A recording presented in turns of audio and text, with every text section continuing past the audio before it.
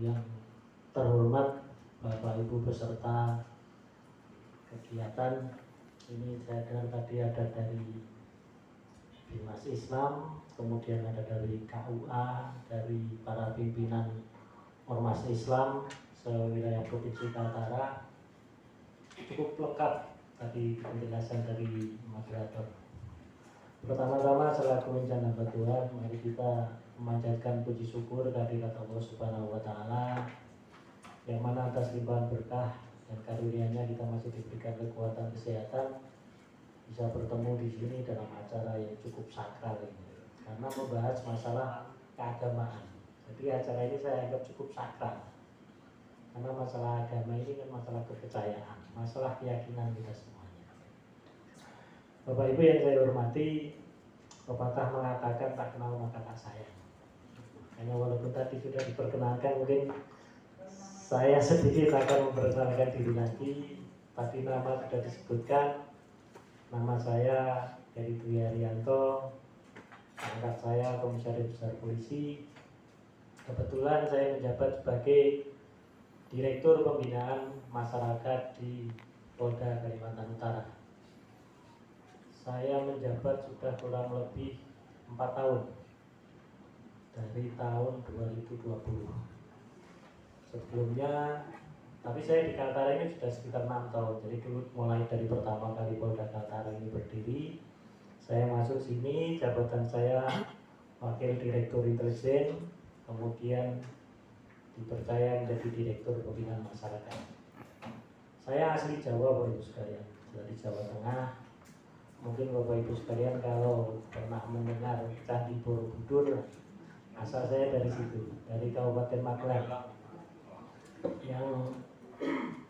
Tapi alhamdulillah mulai dari tahun 2015 saya sudah tidak berada di Magelang lagi. Saya sudah berputar-putar keliling Indonesia, ya termasuk lumayan mulai dari Indonesia Tengah. Saya pernah di Sulawesi, kemudian pernah juga bertugas di Jawa, pernah bertugas di Sumatera, terakhir di Kalimantan. Nah, setelah ini saya tidak tahu apakah sampai pensiun saya di sini atau nanti dipindah tugaskan lagi ke tempat mana lagi. Ya, selaku aparat negara kita harus selalu siap ditugaskan di mana saja, sebagai apa saja harus kita laksanakan. Itu sesuai dengan sumpah dulu waktu pertama kali saya menjadi polisi. Kemudian terkait dengan tema yang diberikan kepada kami, masalah pencegahan konflik. Nah, kalau kita berbicara mengenai konflik ini, sebenarnya hampir semua dari kita ini pernah mengalami. Karena kalau secara luas, konflik itu kan diartikan sebagai pertentangan. Pertentangan itu bisa apa saja. Mungkin pertentangan antara individu dengan individu, pertentangan antara individu dengan kelompok, maupun kelompok dengan kelompok. Termasuk juga pertentangan dalam diri kita sendiri. Mungkin kita punya pertentangan antara tujuan, mungkin cita-cita hidup kita dengan kenyataan yang kita hadapi, itu juga merupakan konflik secara arti luas.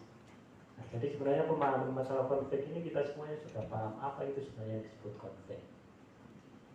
Namun demikian, kalau kemudian kita berbicara secara spesifik terkait masalah konflik sosial, ini tentunya ada kaitan-kaitan dan juga ada aturan-aturan yang sudah mengatur.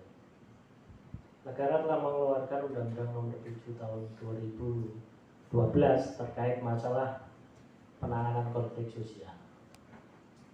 Nah, dalam undang-undang tersebut disebutkan apa sih pengertian dari konflik sosial itu.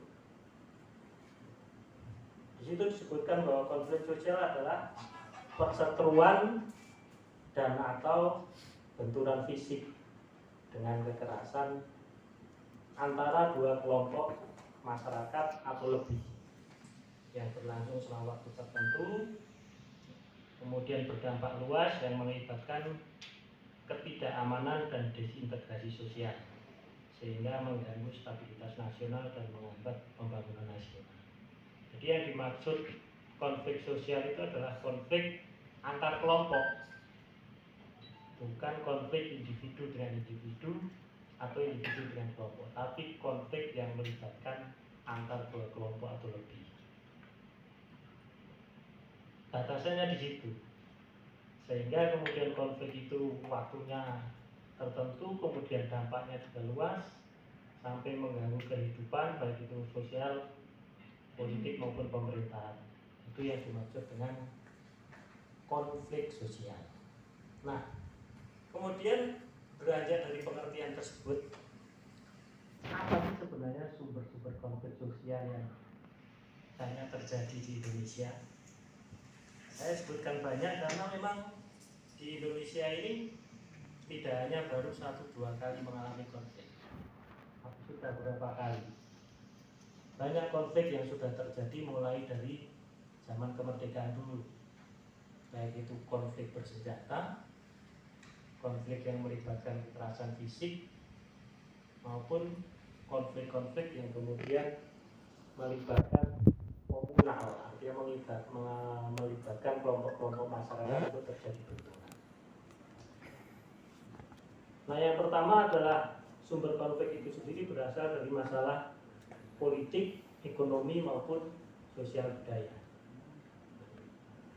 Sumber konflik masalah politik ini mungkin bisa kita lihat pada saat dulu kalau kita mengingat zaman cebong sama kampret, ya, waktu pemilihan presiden dan wakil presiden pernah terjadi. Ini kemudian memunculkan konflik antar para pendukung, sehingga terjadi benturan antar kelompok yang tadi saya sebutkan.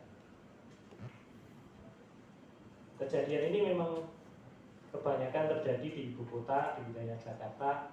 Namun demikian ini sudah cukup mengganggu keamanan, kedamaian, dan juga keberlangsungan pembangunan kita. Kemudian masalah-masalah ekonomi, ketimpangan-ketimpangan ekonomi antara kelompok-kelompok tertentu dalam masyarakat, dan juga masalah sosial budaya. Masalah sosial budaya ini juga sudah sering terjadi benturan-benturan antara budaya dari kelompok masyarakat yang ada di wilayah kita. Ini kadang-kala kemudian menciptakan konflik tersendiri. Kemudian yang kedua, terkait masalah yang berkaitan dengan keagamaan, yaitu masalah intern antar umat beragama, antar suku, dan juga antar etnis. Nah, konflik ini yang biasanya sangat kita pahami karena setiap waktu, setiap saat, setiap kesempatan ini selalu diingatkan oleh baik itu dari tokoh masyarakat, dari pemerintah, terkait masalah sara, suku, agama, ras, dan antar golongan. Kenapa kemudian ini yang selalu digaung-gaungkan? Ya, karena konflik ini yang kemungkinan apabila nanti membesar itu akan sangat sulit penanganannya. Karena konflik ini menyangkut keyakinan. Nah, kalau kita sudah bicara keyakinan, kata seorang penceramah dulu, misalnya kita beragama Islam walaupun kita tidak pernah sholat, tapi kalau ajaran kita dipermasalahkan oleh kelompok lain, nah kita tidak pandang bulu. Walaupun istilahnya kita Islamnya itu hanya Islam KTP, tapi kalau kemudian terjadi konflik, kita tidak ragu-ragu untuk membela keyakinan kita. Yang ketiga yaitu terkait masalah batas wilayah. Ini bisa batas wilayah desa, bisa kecamatan maupun provinsi, atau lebih luasnya juga bisa juga batas wilayah antar negara. Dan yang berikutnya sengketa sumber daya alam antara masyarakat dengan masyarakat, antara masyarakat dengan pelaku usaha. Ini juga banyak kita temukan di beberapa tempat, khususnya juga di wilayah di provinsi Kalimantan ini. Karena wilayah Kalimantan ini dikenal dengan wilayah yang memiliki potensi sumber daya alam yang cukup besar, mulai dari tambang, hutan, kemudian sumber daya alam laut, dan berbagai sumber alam hampir semuanya ada di wilayah Kalimantan. Nah, pada tataran pengembangannya kemudian ini akan menjadi permasalahan tersendiri. Terkadang antara kebijakan pemerintah dengan pemahaman oleh masyarakat setempat ini terjadi ya perbedaan yang kemudian akhirnya memunculkan konflik, terutama sekali yang gampang sekali kita lihat adalah masalah pertanahan, konflik-konflik agraria yang terjadi hampir di seluruh wilayah Indonesia kaitan dengan pelaksanaan pembangunan baik yang dilaksanakan oleh pemerintah maupun oleh swasta. Kemudian yang berikutnya, permasalahan sumber konflik itu adalah distribusi daripada sumber daya alam yang tidak seimbang dalam masyarakat. Ini akhirnya menciptakan ketimpangan khususnya dalam tingkat perekonomian dalam masyarakat. Ada kelompok-kelompok yang menguasai sumber daya alam melebihi daripada kelompok yang lain. Ini kemudian memunculkan permasalahan tersebut. Lanjut. Dalam Undang-Undang Nomor 7 ini juga sudah diatur terkait masalah asas penanganan konflik yang kita laksanakan. Ini tentunya sebagai pedoman dan juga guidance bagi kita semuanya bagaimana kita menangani konflik dan bagaimana harus kita jalankan penanganan konflik. Beberapa asas yang perlu diperhatikan dalam penanganan konflik antara lain adalah asas kemanusiaan. Ini tentu harus sangat menjadi dasar dalam penanganan konflik karena memang modal utama daripada penanganan konflik ini adalah mengembalikan asas kemanusiaan. Karena pada saat melaksanakan konflik antar kelompok yang berkonflik itu sendiri kemudian terkadang melakukan hal-hal yang di luar batas kemanusiaan, karena terjadinya benturan kekerasan antar kelompok yang kemudian menghilangkan rasa kemanusiaan kita. Kemudian hak asasi manusia, kebangsaan, kekeluargaan, kebhinneka tunggal ikaan, keadilan serta kesetaraan gender. Kemudian ketertiban dan kepastian hukum, keberlanjutan sampai dengan tidak membeda-bedakan. Ini semuanya adalah merupakan asas dalam penanganan konflik yang sudah dilakukan. Asas-asas ini harus diperhatikan, jangan sampai dalam penanganan konflik yang kita lakukan bertentangan dengan asas-asas yang ada dalam undang-undang ini. Lanjut. Kemudian tujuan daripada penanganan konflik. Tentunya tujuan utama daripada penanganan konflik yang paling pertama digarap adalah masalah aman dan damai. Karena konflik itu sendiri tentunya yang paling pertama terkena adalah masalah keamanan dan perdamaian. Benturan antar kelompok yang sudah terjadi, penggunaan kekerasan yang digunakan oleh beberapa kelompok ini tentunya akan menciptakan atau menghilangkan rasa aman dan damai yang ada dalam masyarakat. Sementara rasa aman dan damai ini sendiri sudah merupakan kunci pokok daripada kehidupan sosial kita. Bila mana tidak ada keamanan dan juga tidak ada kedamaian di dalam kehidupan kita, tentunya kita tidak bisa melaksanakan kegiatan sosial kita selaku warga masyarakat dan juga selaku manusia. Kita mau melakukan kegiatan, misalnya kita bekerja, tidak nyaman. Kita mau melakukan kegiatan bepergian, untuk kegiatan misalnya pertemuan dan kelompok juga tidak nyaman dan aman, tidak merasa terjamin, tidak bebas melakukannya. Sehingga tujuan yang paling utama adalah menciptakan rasa aman dan kedamaian. Kemudian tujuan berikutnya adalah meningkatkan tingkat rasa dan toleransi. Ini tidak hanya bagi kelompok-kelompok yang terlibat konflik saja, tetapi juga bagi kelompok lain yang tidak terlibat konflik. Dengan melaksanakan penanganan konflik, kemudian mengatasi konflik-konflik yang terjadi, ini akan memberi pelajaran kepada kelompok-kelompok masyarakat lain untuk belajar dalam tingkat rasa dan toleransi. Karena permasalahan biasanya yang memicu konflik itu adalah kurangnya tingkat rasa dan toleransi. Adanya perbedaan tujuan, adanya perbedaan keyakinan, dan kurangnya tingkat rasa dan toleransi ini kemudian yang mengarah kepada permasalahan konflik. Kemudian yang berikut, memelihara keberlangsungan fungsi pemerintah. Kita bayangkan seandainya di wilayah Kota Tarakan ini terjadi konflik, atau mungkin kita bisa membayangkan flashback ke belakang saat di Tarakan ini dulu terjadi konflik kurang lebih tahun saya lupa tahun berapa, tapi dulu pernah terjadi konflik ya sekitar tahun 2010. Nah, kita bisa membayangkan saat itu bagaimana pelaksanaan fungsi pemerintahan. Tentunya itu akan terganggu karena pemerintah tidak bisa mengatur roda pemerintahannya, tidak bisa mengatur masyarakatnya karena masyarakatnya berkonflik beberapa kelompok sehingga roda pemerintahan tidak berjalan.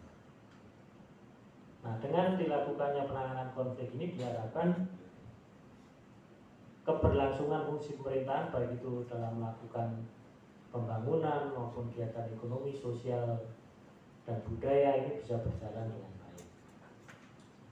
Kemudian yang tidak kalah pentingnya lagi adalah melindungi jiwa, harta benda, serta sarana dan prasarana umum. Ini sudah merupakan permasalahan pokok dalam terjadinya konflik, yaitu munculnya kerugian harta benda, sarana umum, dan bahkan kerugian jiwa atau korban jiwa, baik itu luka maupun bahkan sampai meninggal dunia. Nah, ini yang harus segera diatasi dalam penanganan konflik itu sendiri. Dengan dilakukan penanganan konflik, diharapkan perlindungan terhadap jiwa masyarakat atau individu yang ada di wilayah konflik itu bisa terlindungi sehingga tidak memperbanyak korban yang ada. Dan juga sarana prasarana maupun juga harta benda bisa dihindarkan dari terjadinya kerusakan atau permasalahan-permasalahan yang dapat merugikan. Kemudian juga memberikan perlindungan dan pemenuhan hak korban. Apa saja ini sebenarnya hak korban? Ya, salah satunya adalah hak untuk aman, hak untuk merasa aman, hak untuk merasa damai, dan juga hak korban atas perilaku kejahatan yang terjadi kepadanya.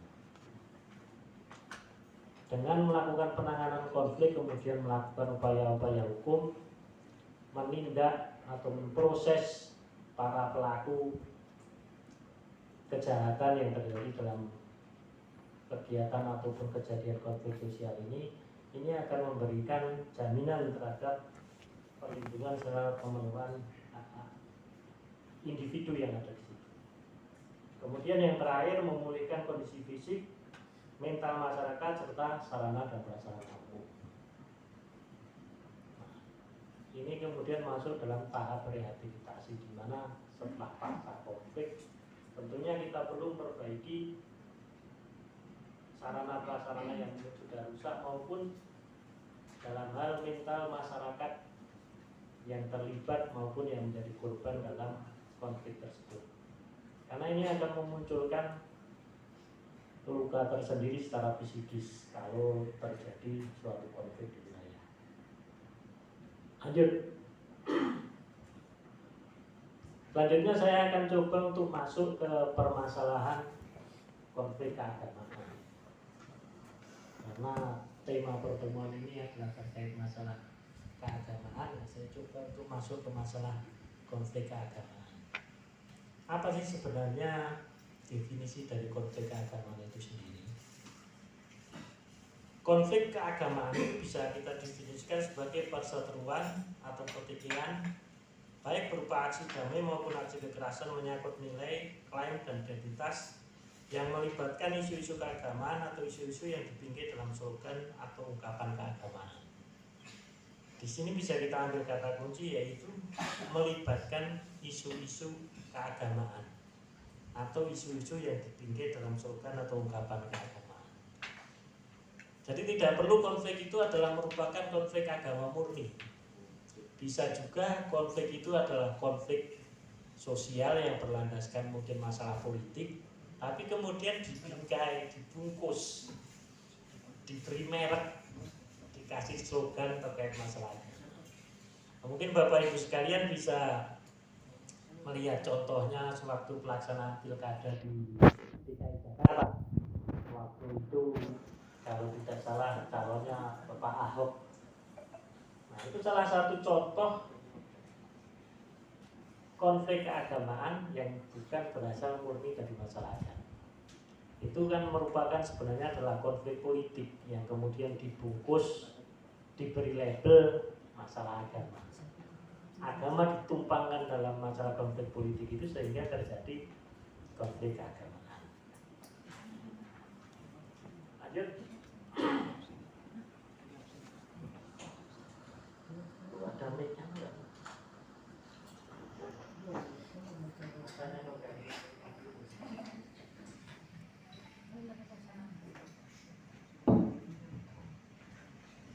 Mohon maaf karena saya biar lebih enak.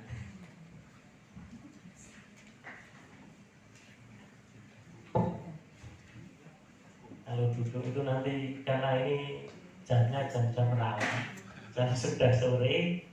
Biasanya kalau sudah jam sore ini ya manusiawi. Kelihatannya kita duduk-duduk ini semakin lama semakin enak.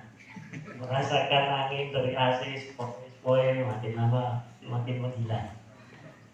Baik, terima kasih Bapak Ibu sekalian. Saya lanjut terkait masalah jenis konflik keagamaan yang ada di Indonesia. Nah, Balai Agama Jakarta ya dari Diklat Kementerian Agama RI itu mengelompokkan bahwa jenis konflik keagamaan di Indonesia ada 6. Yang pertama yaitu terkait masalah nah, masalah moral ini tentunya berkaitan dengan prinsip-prinsip keagamaan kita, masalah ajaran-ajaran agama. Ini yang banyak terjadi. Kemudian yang kedua, jenis konflik yang tergolong dalam sektarian.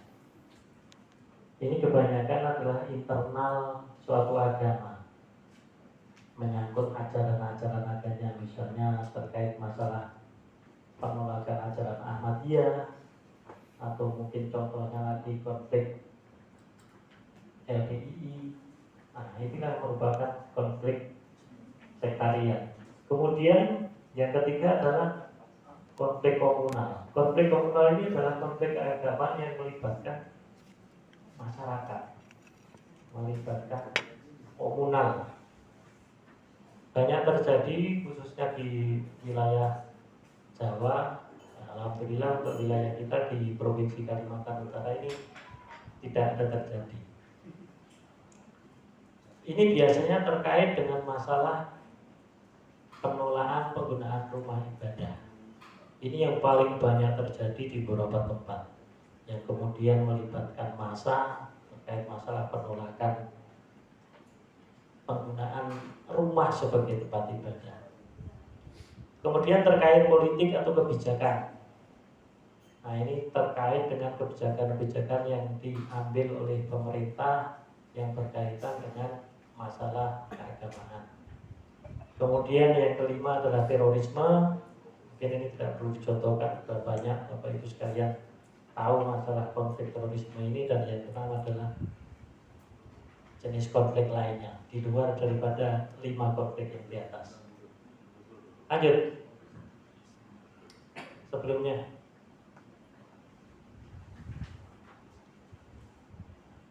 kemudian terkait masalah akar permasalahan. Nah, ini almarhum Kiai Haji Abdurrahman Wahid, Pak Gus Dur, ini pernah menyatakan bahwa awal mula konflik agama itu muncul akibat dari beberapa hal. Yang pertama adalah adanya pendangkalan pemahaman agama yang dilakukan oleh para pemeluk agama. Nah, pengertian pendangkalan ini berbagai macam, karena memang semakin berkembangnya pengetahuan kita, semakin banyak hal yang kita ketahui, semakin banyak pula sumber yang kita peroleh. Nah, ini kemudian akan memunculkan perbedaan-perbedaan di situ yang akhirnya bisa membuat konflik antar kelompok agama itu sendiri. Kemudian yang kedua, formalisasi ajaran agama menjadi hukum positif. Contoh misalnya yang mungkin dulu pernah terjadi, masalah label halal. Nah, ini kan formalisasi ajaran agama yang kemudian menjadi hukum positif, yang kemudian saat ini sudah dirubah oleh pemerintah.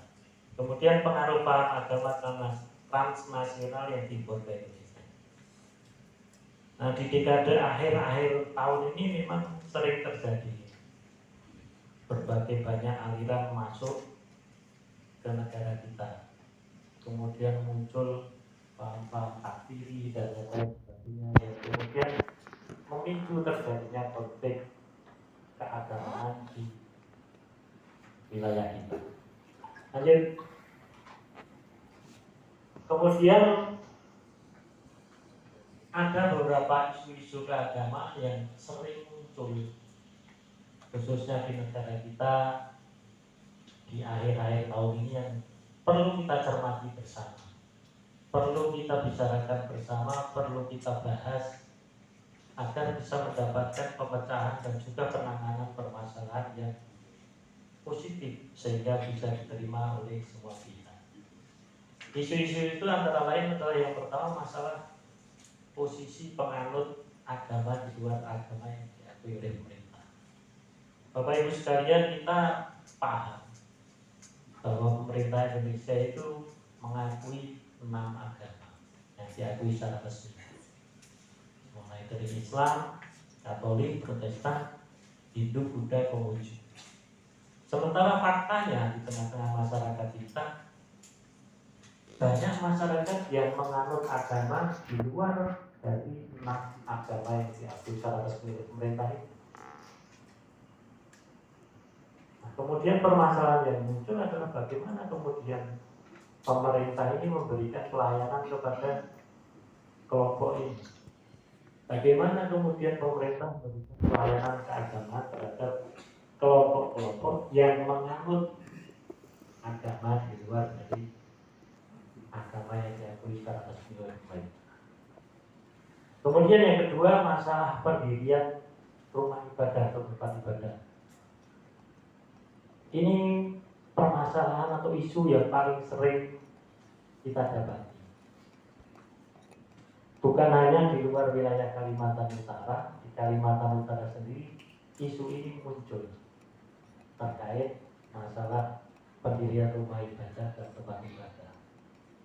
Walaupun alhamdulillah permasalahan ini tidak kemudian membesar di wilayah kita, segera bisa kita antisipasi sehingga tidak melibatkan masyarakat luas dan tidak terjadi konflik sosial yang komunal tadi yang saya sampaikan.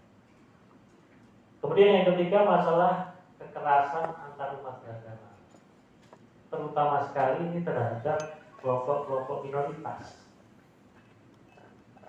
Kalau kita membaca berita-berita, biasanya ini terjadi terkait masalah kembali masalah pelaksanaan ibadah yang kemudian memancing kelompok individu untuk melakukan tindakan-tindakan kekerasan yang sebetulnya ini tidak dibenarkan. Nah, hal-hal yang seperti ini yang harus selalu kita cermati bersama, termasuk juga di wilayah kita, karena ini tidak menutup kemungkinan terjadi. Kemudian yang keempat, masalah banyaknya muncul gerakan keagamaan. Nah, ini terkait masalah dakwah, karena memang agama itu adalah keyakinan dan juga kita punya kewajiban untuk menyebarkan keyakinan itu. Nah, permasalahan kemudian muncul manakala di situ ada dua kelompok keyakinan yang berbeda dan dua-duanya melakukan kegiatan tersebut. Ini akan mengakibatkan terjadinya benturan-benturan yang memerlukan penanganan secara arif dan bijaksana sehingga tidak meruncing dan juga tidak membesar. Artinya kita harus bisa menemukan jalan tengah, menemukan jalan bersama, sehingga masing-masing kepentingan itu masih dapat berjalan dan tidak benturan satu dengan yang lainnya. Yang kelima adalah masalah penafsiran keagamaan yang sempit. Yang tadi saya contohkan, misalnya adanya bang takfiri atau misalnya perbedaan yang dulu, biasanya paling dulu ini yang paling klise, masalah kunut dan tidak kunut. Nah, ini kan masalah-masalah walaupun saat ini sudah tidak menjadi masalah, tapi tidak menutup kemungkinan nanti ke depan muncul lagi permasalahan-permasalahan yang akan seperti itu. Nah, ini yang harus kita antisipasi. Lanjut. Kemudian kita beranjak kepada masalah penanganan konflik itu sendiri. Tentunya penanganan konflik yang akan kita laksanakan harus bersifat komprehensif dan juga sistematis. Sesuai dengan ketentuan dalam undang-undang penanganan konflik ini ada 3 tahapan, yaitu yang pertama pencegahan, penghentian, dan pemulihan pasca konflik.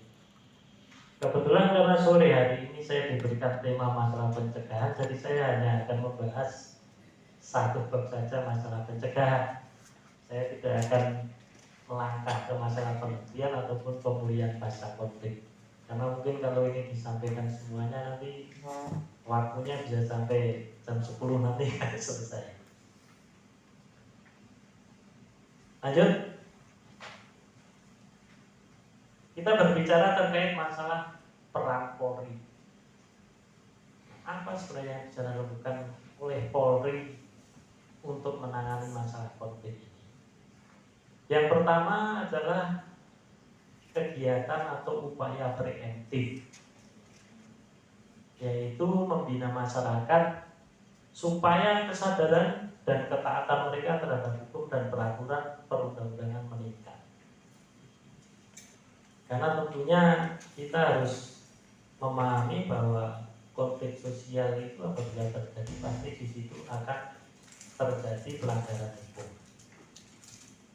Sehingga hal yang paling utama adalah kita berupaya untuk menekankan kepada masyarakat, kepada kelompok-kelompok masyarakat untuk senantiasa taat terhadap hukum dan peraturan yang berlaku.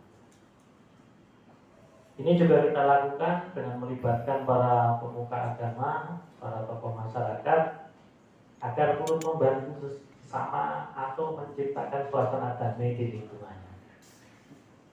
Karena tentunya kita sadar sepenuhnya bahwa jangkauan Polri ini terbatas. Kemudian tingkat kepercayaan masyarakat terhadap Polri mungkin juga berbeda-beda di setiap wilayah atau tiap tempat. Kita yakin para tokoh agama, tokoh masyarakat yang ada di situ itu akan memiliki keterikatan yang lebih antara para tokoh masyarakat ini dengan masyarakat yang ada di wilayahnya. Jadi dengan melibatkan para tokoh agama dan tokoh masyarakat ini, kita harapkan apa yang menjadi atau apa yang harus kita sampaikan kepada masyarakat itu pasti akan lebih taati oleh masyarakat itu sendiri, di samping atau daripada dari personil Polri yang menyampaikan. Kemudian yang kedua adalah upaya preventif atau pencegahan. Nah, seperti dicantumkan dalam Undang-Undang Nomor 2 tahun 2002 tentang Polri, yaitu pencegahan adalah melindungi keselamatan jiwa, harta benda masyarakat, lingkungan hidup, dan dari gangguan ketertiban dengan menjunjung tinggi hak asasi manusia. Nah, selaras dengan hal itu, Polri bertugas juga mengamankan dan menjaga, mengawal masyarakat yang diancam oleh kelompok lain dalam terjadinya konflik sosial. Lanjut, penegakan hukum. Nah, salah satu upaya yang dilakukan Polri dalam hal penanganan konflik sosial adalah penegakan hukum. Seperti tadi sudah saya sampaikan bahwa setiap terjadinya konflik sosial pasti di situ terjadi pelanggaran hukum. Kalau terjadi pelanggaran hukum, tugas pokok Polri yang paling utama adalah menegakkan hukum itu sendiri. Karena dengan upaya menegakkan hukum ini, kita harapkan ketaatan hukum masyarakat, baik itu masyarakat yang terlibat dalam pelanggaran hukum maupun masyarakat lainnya, akan kembali mentaati hukum yang berlaku. Kemudian yang keempat adalah pengawasan, yaitu dengan mengawasi aliran-aliran yang dapat menimbulkan perpecahan atau mengancam persatuan dan kesatuan bangsa, di mana pengawasan ini bersifat administratif seperti pendataan, termasuk juga pendataan, pemetaan sumber-sumber dan juga kerawanan-kerawanan konflik yang ada di wilayah khususnya di Provinsi Kaltara. Secara garis besar, upaya yang dilakukan oleh Polri ini terbagi menjadi dua, yaitu soft approach dan juga hard approach.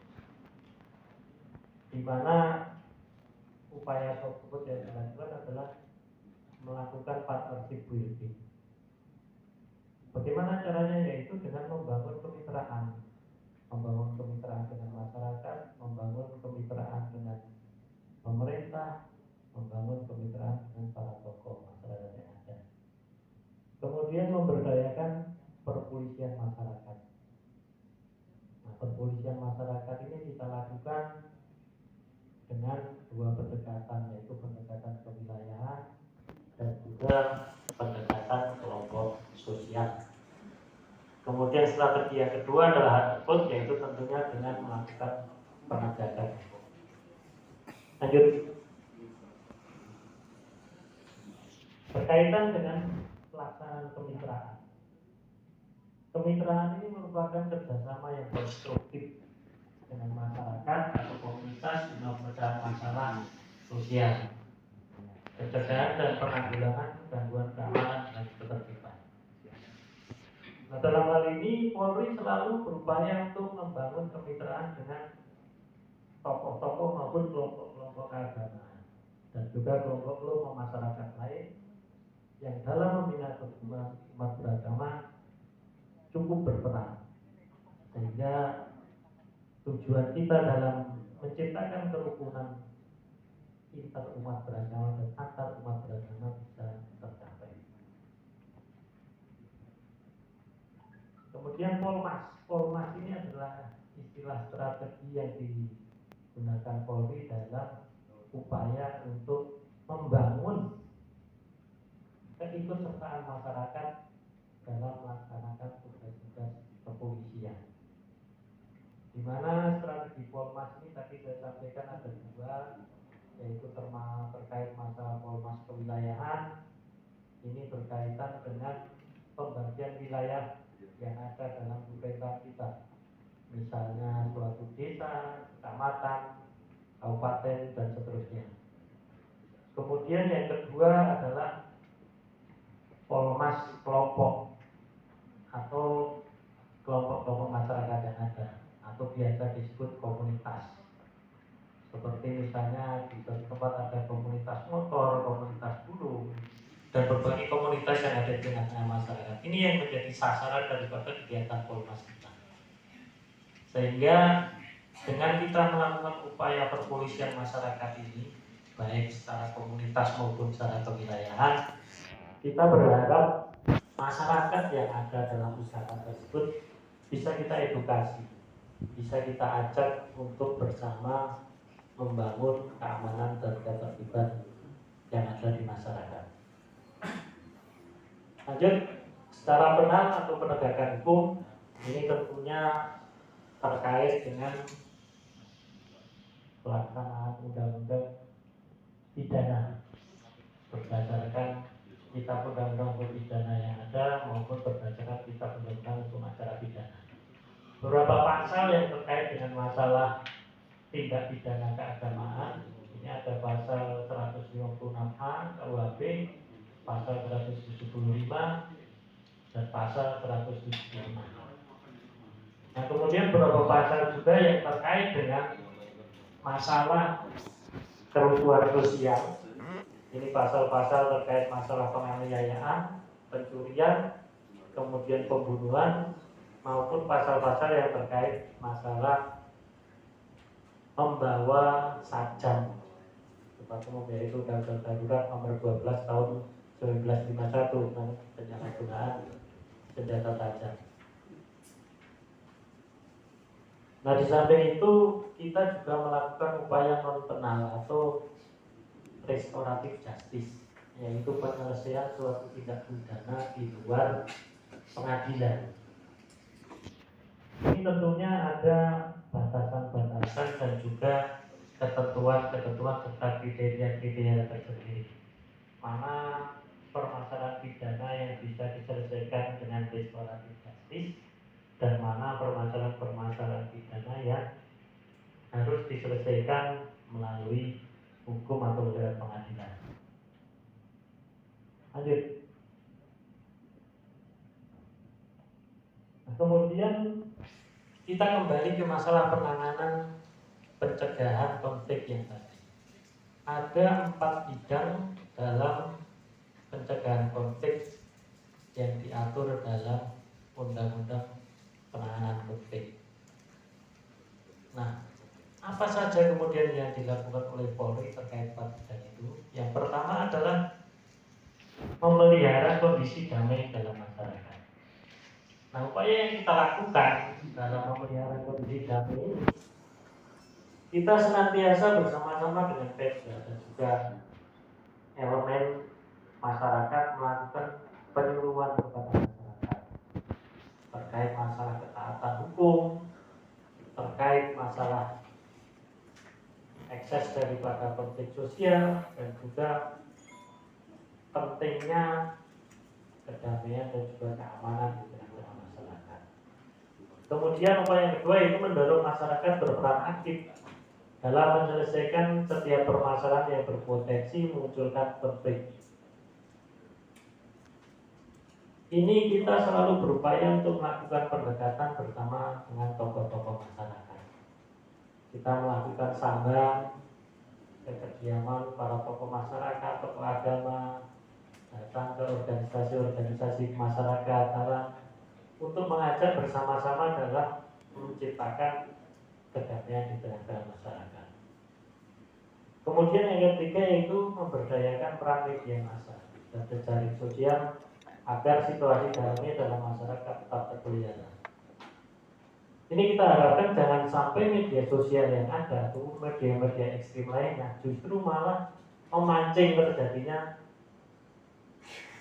permasalahan konflik sosial ini, memancing, memanaskan situasi sehingga yang seharusnya konflik sosial ini bisa kita hindari malah kemudian tercipta semakin membesar. Karena pengaruh media sosial ini kita tahu semuanya bahwa pemberitaan ini kadang-kadang tidak memberikan kesejukan kepada masyarakat, tapi justru memanasi situasi.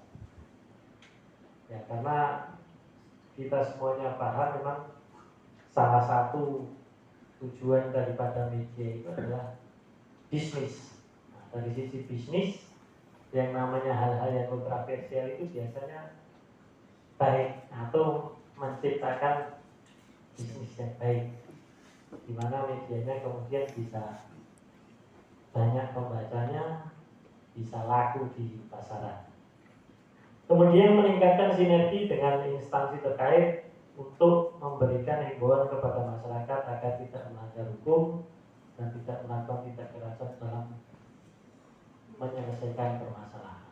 Nah, ini harus selalu kita bina, kita ingatkan selalu kepada masyarakat, dan tentunya kita juga menggandeng instansi terkait, baik itu TNI, pemerintahan maupun kelompok-kelompok masyarakat untuk bisa menjaga ini. Kemudian melakukan penanganan setiap bentuk pelanggaran hukum agar tidak berkembang menjadi konflik. Ini penting untuk mengantisipasi membesarnya permasalahan yang terjadi. Karena kalau kita kemudian melakukan pembiaran, terjadi suatu tindak pidana kemudian kita biarkan, ini bisa memancing permasalahan menjadi meluas atau kemudian berkembang mencederai permasalahan-permasalahan, berkembang ke masalah-masalah yang lain yang lebih kompleks. Dan yang terakhir, menindak terhadap pelaku pelanggaran hukum agar tidak berkembang menjadi permasalahan yang lebih luas. Kemudian upaya yang kedua adalah mengembangkan sistem penyelesaian perselisihan secara damai. Nah, kegiatan ini yang kita lakukan dengan mendorong pranata adat dan atau pranata sosial untuk menyelesaikan perselisihan dalam masyarakat melalui musyawarah untuk mufakat yang hasilnya mengikat para pihak. Ini terutama dilakukan terkait masalah-masalah yang berpotensi untuk memunculkan konflik, masalah-masalah komunal, masalah-masalah kelompok yang apabila tidak ditangani secara komprehensif akan bisa berkembang. Karena memang tidak semuanya harus ditangani secara yuridis. Tidak semua permasalahan dalam masyarakat itu bisa ditangani melalui penyelesaian pengadilan. Karena kadang-kadang suatu permasalahan yang terjadi kalau ditangani kemudian dengan hukum bisa berimbas pada hal yang lebih luas terkait masalah kepentingan nasional maupun kepentingan kemasyarakatan. Kemudian yang kedua, mengedepankan keadilan restoratif. Seperti yang tadi saya sampaikan bahwa semua pelanggaran hukum itu tidak diselesaikan atau tidak semua pelanggaran hukum diselesaikan dengan penyelesaian yuridis atau secara hukum. Ada upaya-upaya restoratif justice yang bisa dilakukan, khususnya terkait beberapa pelanggaran hukum yang mungkin kerugiannya kecil atau mungkin pelakunya lanjut usia atau beberapa hal yang mungkin menjadi ketentuan-ketentuan dalam pelaksanaan restoratif justice yang sudah ditetapkan. Kemudian yang ketiga, menyelesaikan dengan cara penegakan hukum melalui proses peradilan. Tentunya ini merupakan langkah terakhir apabila langkah-langkah yang kita sebutkan di atas tadi tidak bisa dilaksanakan. Karena memang pada dasarnya semua hal itu harus ada penyelesaiannya, sehingga kalau upaya penyelesaian non-penal tidak bisa dilaksanakan, akan dilaksanakan penyelesaian secara penal, yaitu melalui pengadilan. Kemudian upaya yang berikutnya yaitu meredam potensi konflik. Nah, upaya yang dilakukan dalam meredam potensi konflik ini adalah memberikan saran ataupun masukan kepada pemerintah daerah dalam menyusun perencanaan dan pelaksanaan pembangunan. Nah, karena kaitannya kita Polri dengan pemerintah daerah ini tidak terkait secara langsung, ya kita hanya bisa berikan masukan atau saran. Karena ketentuan strategi ataupun kebijakan pembangunan itu ditentukan, direncanakan langsung oleh pemerintah daerah.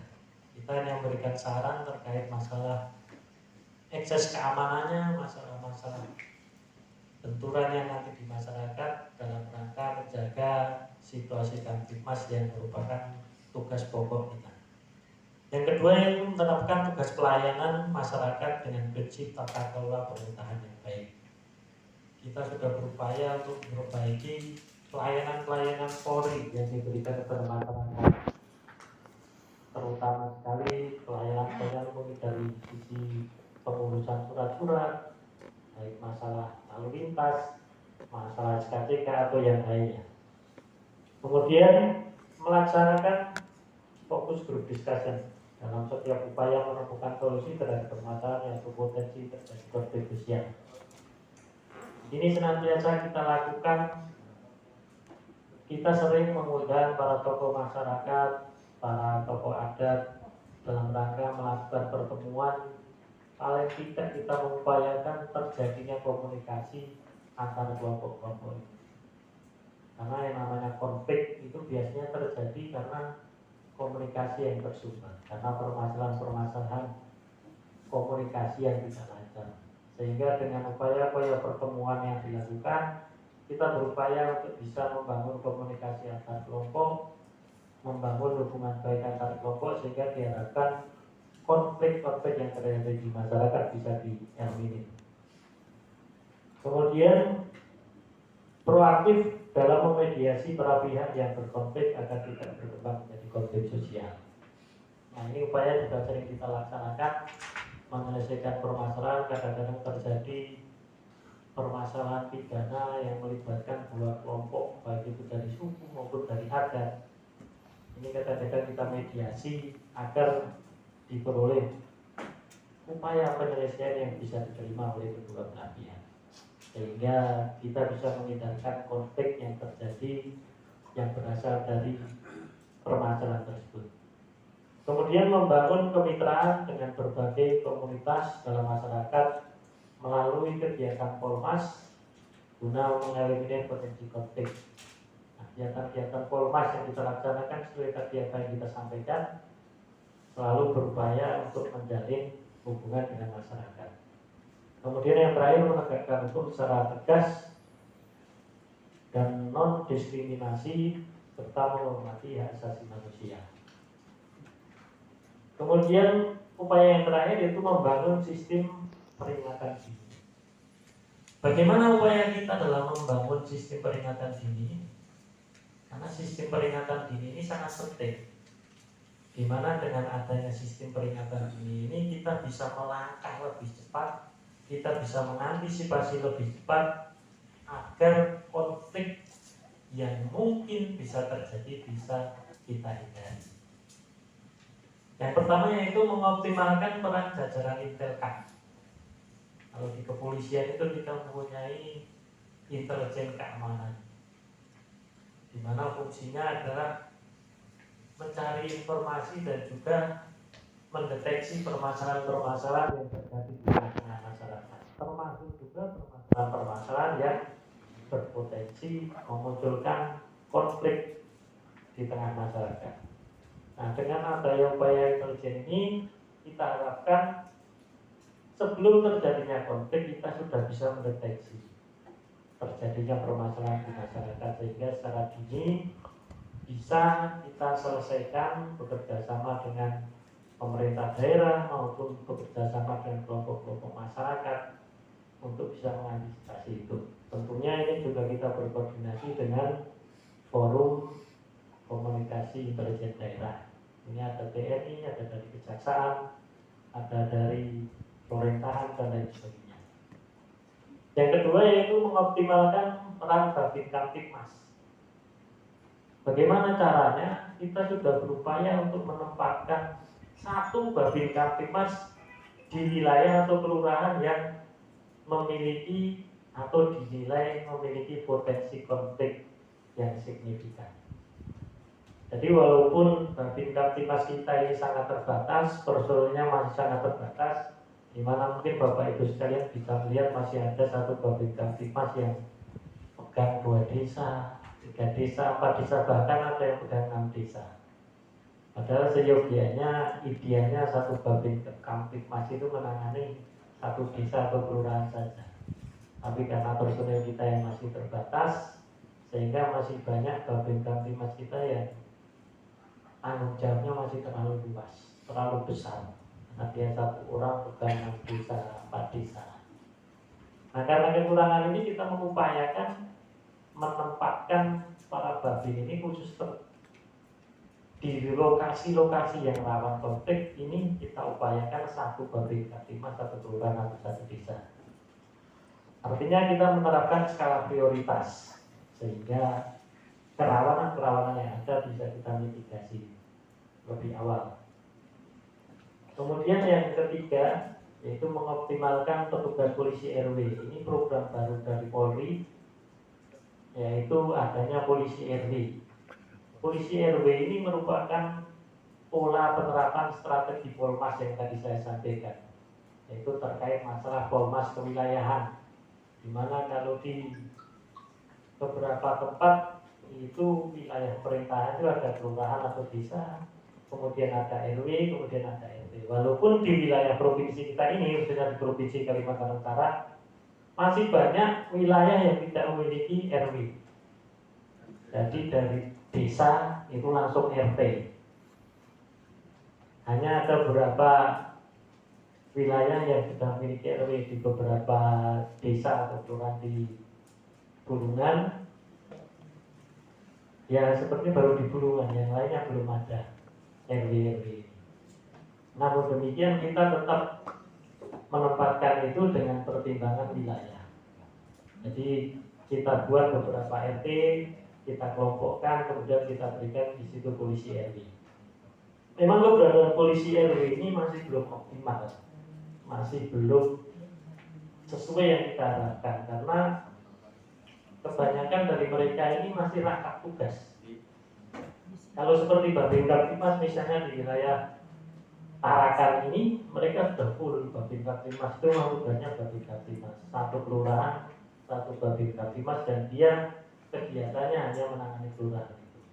Tapi di beberapa tempat lain seperti mungkin di Bulungan, Marino, Nunukan, ini masih banyak kekurangan, masih belum optimal, karena petugas-petugas yang kita tempatkan sebagai polisi RW ini atau mungkin beberapa dari Babin Kaptimas ini masih merangkap tugas. Mereka jadi polisi RW tapi juga menjadi anggota Samapta, atau mereka jadi polisi RW tapi juga masih jadi anggota lalu lintas atau anggota penjagaan, sehingga kegiatan mereka masih lengkap. Sehingga kita sadar memang masih perlu banyak perbaikan terkait masalah pelaksanaan Polmas di Babin Kaptimas dan polisi RW. Yang selanjutnya yaitu mengoptimalkan peran patroli sadar. Nah, patroli ini mungkin Bapak Ibu sekalian sering melihat personil kita putar-putar ke sana kemari. Ini lebih kita optimalkan lagi, jadi tidak hanya patroli berputar hanya lewat saja, tidak. Tapi mereka, para personil yang melaksanakan patroli ini diharapkan juga singgah di wilayah-wilayah atau tempat-tempat yang menjadi tujuan patroli mereka, sehingga untuk bisa berkomunikasi dengan masyarakat setempat terkait masalah permasalahan yang dihadapi di situ, kerawanan yang ada di situ, sehingga kemudian dari bekal informasi ini bisa kemudian ditindaklanjuti untuk kegiatan patroli berikutnya maupun kegiatan kepolisian lain dalam rangka mengantisipasi kerawanan yang ada di wilayah tersebut. Dan selanjutnya mengoptimalkan peran Polsek sebagai basis deteksi. Ini program sudah lama, tetapi memang sampai saat ini masih banyak kekurangan. Mungkin Bapak Ibu sekalian perlu maklum bahwa di wilayah kita ini personil Polsek kita masih cukup sangat-sangat terbatas. Coba Bapak Ibu bayangkan satu kecamatan personil Polseknya itu biasanya paling 12, paling banyak 15 orang. Kalau jangan dilihat di Tarakan, kalau di Tarakan ini kota banyak kan personilnya ada. Tapi coba dilihat di wilayah-wilayah Bulungan, di wilayah Sekata, atau mungkin di wilayah Marino yang jauh-jauh. Satu polsek itu anggotanya hanya 12. Jadi kalau satu hari, misalnya yang jaga 4 orang, dibuat 30, 4 kali 3 itu udah 12. Personil itu udah habis kalau cuma buat jaga. Nah ini yang menjadi kendala-kendala kita yang selalu berupaya untuk kita perbaiki, sehingga tugas pokok kita dalam hal menjaga keamanan dan ketertiban ini bisa kita maksimalkan. Kemudian membangun komunikasi yang intensif dengan media massa, jejaring sosial, dan memperluas jaringan informasi. Ini tadi sudah saya jelaskan. Ini yang terakhir adalah menyusun database potensi konflik. Nah ini selalu kita buat terkait masalah potensi-potensi konflik di seluruh jajaran, mulai dari tingkat polsek sampai dengan tingkat provinsi yang disusun oleh Polda. Ini tujuannya agar kita bisa memetakan wilayah-wilayah mana saja yang memiliki potensi konflik besar dan kemudian perlu mendapat atensi lebih untuk mengantisipasi agar tidak terjadi konflik di tengah-tengah masyarakat. Nah, mungkin demikian Bapak Ibu sekalian beberapa hal yang bisa saya sampaikan terkait masalah pencegahan konflik, terkait juga masalah konflik agama dan juga konflik sosial. Mungkin dari beberapa pemaparan saya, dari beberapa permasalahan yang saya sampaikan, nanti ada yang perlu didiskusikan, ada yang perlu Bapak Ibu sekalian tanyakan. Saya persilahkan, waktu saya kembalikan kepada moderator. Terima kasih.